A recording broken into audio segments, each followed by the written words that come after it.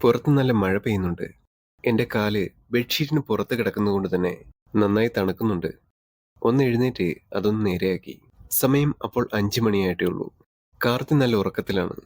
ആ ഒരു സമയം എവിടെ നിന്നോ മൂളിപ്പാട്ട് പാടി വന്ന ആ ഒരു കൊതുക് ദാഹം തീരാൻ വന്നിരുന്നത് കാർത്തിയുടെ കൈകളിലാണ്. ഞാൻ അതിനെ ഒന്ന് തട്ടുമാറ്റി ഓടിച്ചുവിട്ടു. അതിരാവിലെയും പിന്നെ തണുത്തൊരു വെളുപ്പാങ്കാലം ആയതുകൊണ്ട് തന്നെ ഉറക്കം നന്നായി കിട്ടുന്നുണ്ടായിരുന്നില്ല.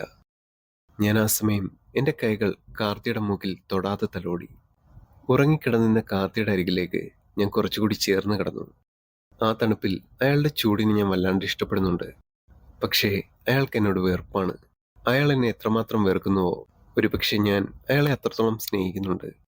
ആ ഒരു നിമിഷം കാർത്തിയുടെ കണ്ണിലേക്ക് വീഴാൻ പോയ നീളമുള്ള ചുരുണ്ടുമുടി ഞാനൊരു സൈഡിലേക്ക് ഒതുക്കി വെച്ചു.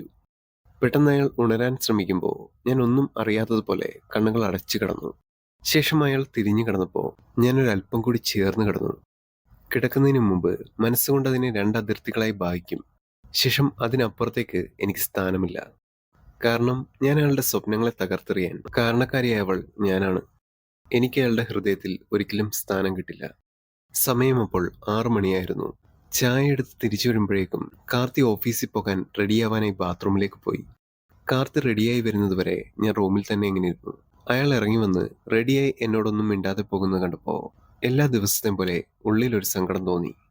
ഭക്ഷണം എടുത്തു വെച്ചിട്ടുണ്ട്, കഴിച്ചിട്ട് പോ. എനിക്ക് വിശപ്പില്ല, എനിക്ക് വേണ്ടി ഒന്നും ഉണ്ടാകണ്ട എന്ന് പറഞ്ഞിട്ട് അയാൾ പുറത്തേക്ക് പോയി. വണ്ടി സ്റ്റാർട്ട് ചെയ്ത് ഇറങ്ങാൻ പോകുമ്പോഴെങ്കിലും എന്നെ ഒന്ന് തിരിഞ്ഞു നോക്കുമെന്ന് ഞാൻ കരുതി.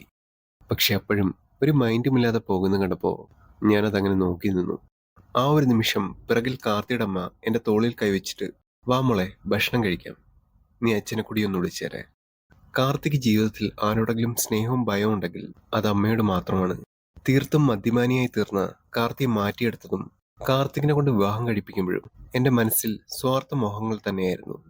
അയാളെപ്പോലെ സ്നേഹിക്കാനും ആത്മാർത്ഥതയുള്ള ഒരാളെ ഏത് പെണ്ണാണ് ആഗ്രഹിക്കാത്തത്? പക്ഷെ കാർത്തിക് വിവാഹത്തിന് മുമ്പ് തന്നെ എന്നോട് പറഞ്ഞ കാര്യങ്ങൾ ഞാൻ ഇപ്പോഴും ഓർക്കുന്നു.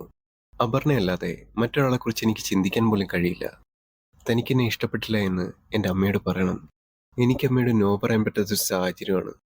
പക്ഷെ കല്യാണം ഉറപ്പിച്ചതിന് ശേഷമുള്ള എന്റെയും കാർത്തിയുടെയും വീട്ടുകാരുടെയും സന്തോഷം കണ്ടപ്പോൾ തന്നെ എനിക്ക് അവരോട് ഒന്നും പറയാൻ തോന്നിയില്ല. ഞാൻ ആ ഒരു കാര്യത്തിൽ മൗനം പാലിച്ചു. കോളേജിൽ എൻ്റെ ഏറ്റവും അടുത്ത കൂട്ടുകാരിയായിരുന്നു അപർണ. അവൾക്ക് കാർത്തിയോട് ഒരു ഇഷ്ടം തോന്നിയപ്പോൾ അത് കാർത്തിയോട് പറഞ്ഞതും അവരെ തമ്മിൽ ഒന്നിപ്പിച്ചത് ഞാനായിരുന്നു. അവരുടെ പ്രണയത്തിന് എത്രത്തോളം ആഴമുണ്ടായിരുന്നുവെന്ന് മറ്റാരേക്കാളും എനിക്ക് നന്നായിട്ട് അറിയാമായിരുന്നു. അപർണ വിട്ടുപോയപ്പോൾ കാർത്തിക് അത് താങ്ങാൻ കഴിഞ്ഞിരുന്നില്ല. ഡിഗ്രി ഫൈനൽ എക്സാം പോലും എഴുതാതെ മദ്യപിച്ച് റോഡിൽ കിടന്ന കാർത്തിയെ ചാക്കുകെട്ടെടുത്തോണ്ട് പോകുന്ന പോലെ കൊണ്ടുപോയ ആ ഓർമ്മകൾ ഇപ്പോഴും എന്റെ മനസ്സിൽ മായാതെ നിൽക്കുന്നു. എന്റെയും കാർത്തിയുടെയും ഫാമിലി തമ്മിൽ ഞങ്ങളുടെ ജനനത്തിന് മുമ്പ് തന്നെ നല്ല പരിചയമായിരുന്നു.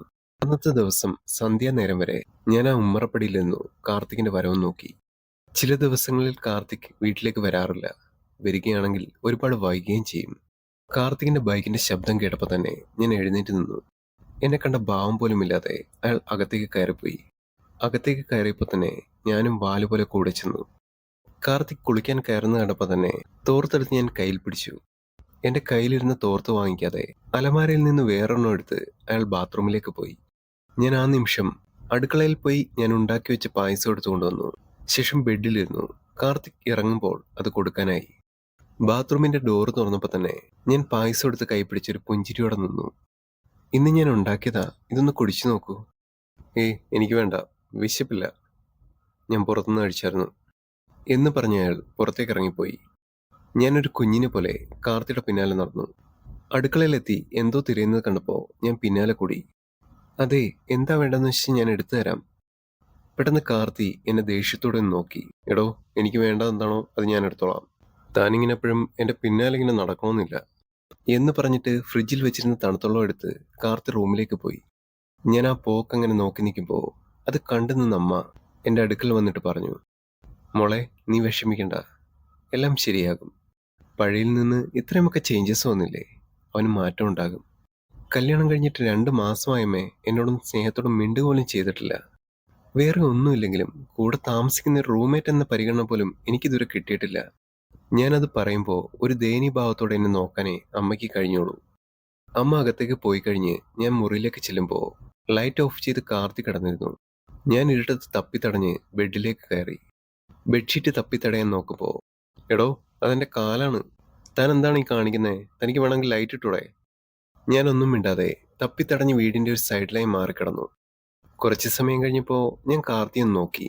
അയാൾ ഉറങ്ങിയിട്ടുണ്ടായിരുന്നില്ല. ജീവിതത്തിൽ ഒരുപാട് സംസാരിച്ചിരുന്ന ഞാൻ ഇത്രത്തോളം വീർപ്പുമുട്ടിയിരിക്കുന്നത് വിവാഹത്തിന് ശേഷമാണ്. ആ സമയം കാർത്തിയോടൊന്ന് മിണ്ടണം എന്നുണ്ട്. ചിലപ്പോൾ മിണ്ടിയാൽ എന്നോട് ദേഷ്യപ്പെട്ടാലോ എന്നാലോചിച്ചു. ഞാൻ അനങ്ങാതെ അങ്ങനെയിരുന്നു. ഇന്നെന്താ നേരത്തെ കിടന്നത്? ഞാനത് ചോദിക്കുമ്പോൾ കാർത്തി മറുപടിയൊന്നും പറഞ്ഞില്ല. ശേ, വെറുതെ ചോദിക്കണ്ടായിരുന്നു എന്ന് മനസ്സിൽ പറഞ്ഞു. എനിക്ക് നല്ല തലവേദനയുണ്ട്, അതാ ഞാൻ നേരത്തെ ലൈറ്റ് ഓഫ് ആക്കിയത്. അത് കേട്ടപ്പോൾ ഇരുട്ടിലാണെങ്കിലും എൻ്റെ മുഖത്തൊരു പുഞ്ചിരി വീണു. 2 മാസങ്ങൾക്ക് ശേഷം ഇതാദ്യമായിട്ടായിരുന്നു ഇങ്ങനെയെങ്കിലും ഒന്ന് സംസാരിച്ചത്. ഇനി ലൈഫ് മുഴുവൻ ഇങ്ങനെ ആയിരിക്കുമോ? എങ്ങനെ? അല്ല, പരസ്പരം ഒന്നും മിണ്ടാതെ സംസാരിക്കാതെ ജീവിതകാലം മുഴുവൻ ഇങ്ങനെ? എനിക്കറിയില്ല. എന്നോട് അത്രയ്ക്ക് വെറുപ്പാണോ? ഞാൻ ചെയ്തത് തെറ്റാണെന്ന് എനിക്കറിയാം. നിങ്ങളോട് എനിക്കൊരുപാട് ഇഷ്ടം തോന്നിയതുകൊണ്ടാണ് എനിക്കിത് തള്ളിക്കളയാൻ പോലും പറ്റാഞ്ഞത്. പിന്നെ 2 പേരും ഇത്രയും ആഗ്രഹത്തോടെ നിൽക്കുമ്പോൾ എൻ്റെ സാഹചര്യം അങ്ങനെയായിപ്പോയി. എന്നെ മനസ്സിലാക്കാൻ പറ്റിയില്ലെങ്കിൽ, നിങ്ങൾക്ക് എന്നോട് വെറുപ്പാണെന്നുണ്ടെങ്കിൽ ഞാൻ ഇവിടുന്ന് പൊക്കോളാം. എനിക്ക് കുറച്ച് സമയം വേണം. സ്വിച്ച് ഇട്ടതുപോലെ മാറാൻ അതിനെനിക്ക് കഴിയില്ല. പറ്റില്ല എങ്കിൽ താൻ പൊക്കോ, ഞാൻ ആരെയും തടയില്ല. പിന്നെ ഞാനൊന്ന് ചോദിക്കാൻ പോയില്ല. അത് കേട്ട സമയത്ത് മനസ്സിലൊരു സന്തോഷം തോന്നി. വല്ലാണ്ട് ദാഹിച്ചപ്പോൾ തൊട്ടടുത്തിരുന്ന കുപ്പിയിൽ നിന്നും കുറച്ച് തണുത്ത വെള്ളം എടുത്ത് കുടിച്ചു. എന്നിട്ട് സ്ഥിരം കിടക്കാറുള്ളത് പോലെ കിടന്നു. രാത്രിയിൽ പതിവ് പോലെ മഴ കുറച്ച് പെയ്യാൻ തുടങ്ങി. ശരീരം നന്നായി തണുക്കുന്നുണ്ടായിരുന്നു. തൊണ്ടയിൽ എന്തോ ഒരു വേദന പോലെ. ശരീരത്ത് നല്ല രീതിയിൽ ചൂട് കൂടുന്നുണ്ട്. നന്നായി വിറയ്ക്കാൻ തുടങ്ങിയപ്പോൾ ഒരു ചെറിയ കമ്പിളിപ്പതപ്പെടുത്ത് പുതച്ചു മൂടിക്കിടന്നു. നേരം വെളുത്തിട്ടും കാർത്തിക് എഴുന്നേറ്റിട്ടും ഞാൻ എഴുന്നേറ്റില്ല. ശരീരം നല്ല വേദനയുണ്ടായിരുന്നു. ഞാൻ പുതച്ചു മൂടി അങ്ങനെ കിടന്നു. ബാത്റൂമിൽ പോയി കുളി കഴിഞ്ഞു വന്ന കാർത്തിക് എന്നെ ഒന്ന് നോക്കി. എന്തുപറ്റി? നന്നായി വിറയ്ക്കുന്നുണ്ടല്ലോ. ഹോസ്പിറ്റലിൽ പോണോ? ഞാൻ പതിഞ്ഞ സ്വരത്തിൽ പറഞ്ഞു. വേണ്ട. അയാൾ അലമാരയിൽ നിന്നും പനിയുടെ ഒരു ടാബ്ലറ്റ് എടുത്ത് മേശപ്പുറത്ത് വെച്ചിട്ട് അത് കഴിച്ചോളാൻ പറഞ്ഞു. എന്നിട്ട് മറ്റൊന്നും ശ്രദ്ധിക്കാതെ കാർത്തി ഓഫീസിലേക്ക് പോയി. കാർത്തി ഓഫീസിൽ പോയി തിരിച്ചു വരുമ്പോഴും ഞാൻ അതേ കിടപ്പ് തന്നെ കിടക്കുമായിരുന്നു. വന്ന് കയറിയപ്പോൾ തന്നെ അയാൾ എൻ്റെ നെറ്റിയിലൊന്ന് തൊട്ടു നോക്കി. നന്നായി പനിക്കുന്നുണ്ടല്ലോ. സുമിത്ര, വാ എഴുന്നേക്ക്, നമുക്ക് ഹോസ്പിറ്റലിൽ പോകാം എന്നൊക്കെ കാർത്തി വിളിക്കുമ്പോഴും ഞാൻ മയക്കത്തിൽ തന്നെ കിടക്കുമായിരുന്നു. ഉറക്കത്തിൽ എന്തോ ഒരു നനവ് എൻ്റെ നെറ്റിൽ സ്പർശിക്കുന്ന പോലെ എനിക്ക് തോന്നി. കാർത്തി എന്തോ തിരക്കിട്ട് അടുക്കളയിലേക്ക് പോയി. അവിടേക്ക് ചെല്ലുമ്പോൾ അമ്മ അടുക്കളയിൽ തന്നെ ഉണ്ടായിരുന്നു. അടുക്കളയിൽ എന്തോ തിരയുന്നത് കണ്ടപ്പോൾ, എന്താടാ നീ തിരയുന്നേ? തണുത്തോളാണെന്നുണ്ടെങ്കിൽ ആ ഫ്രിഡ്ജിലിരിപ്പുണ്ട്, അല്ലാതെ അലമാരയിലല്ല. ചുക്ക് കാപ്പി എവിടെ അമ്മേ? അലമാരയിലില്ലല്ലോ. നിനക്കെന്നെ ചുക്ക് കാപ്പി? പനി വല്ലതുണ്ടോ? എനിക്കല്ല, സുമിത്രയ്ക്കാ. അവൾക്ക് നല്ല പനിയുണ്ട്. കാർത്തിയുടെ ആ പെരുമാറ്റം കണ്ടപ്പോൾ അമ്മയ്ക്ക് തന്നെ അത്ഭുതം തോന്നി. ചുക്കും കരിപ്പോട്ടിയും കുരുമുളകും ഇട്ട ഒരു നല്ല ചുക്ക് കാപ്പിയായിട്ട് കാർത്തി മുറിയിലേക്ക് വന്നു. എടോ, ഇതൊന്ന് കുടിച്ചേ, തനിക്ക് നല്ല പനിയുണ്ട്. ചുക്ക് കാപ്പിയും കൈ പിടിച്ച് കാർത്തി എന്റെ മുന്നിൽ വന്ന് നിൽക്കുമ്പോൾ എന്റെ കണ്ണുകൾ നിറഞ്ഞുപോയി. മനസ്സിലെ സന്തോഷം കൊണ്ട് എന്റെ പകുതി പനിയും പോയി.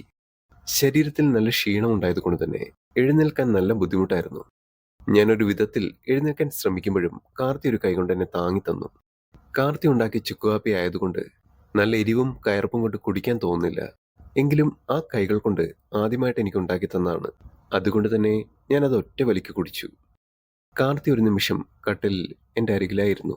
ആ നിമിഷം കാർത്തിയെ തന്നെ എൻ്റെ കണ്ണുകൾ നോക്കിയിരുന്നു. ഈ സ്റ്റോറിയുടെ അടുത്ത ഭാഗം ഈ ഒരു ചാനൽ തന്നെ അപ്ലോഡ് ചെയ്യുന്നതായിരിക്കും. കഥ കേട്ട എല്ലാവർക്കും നന്ദി.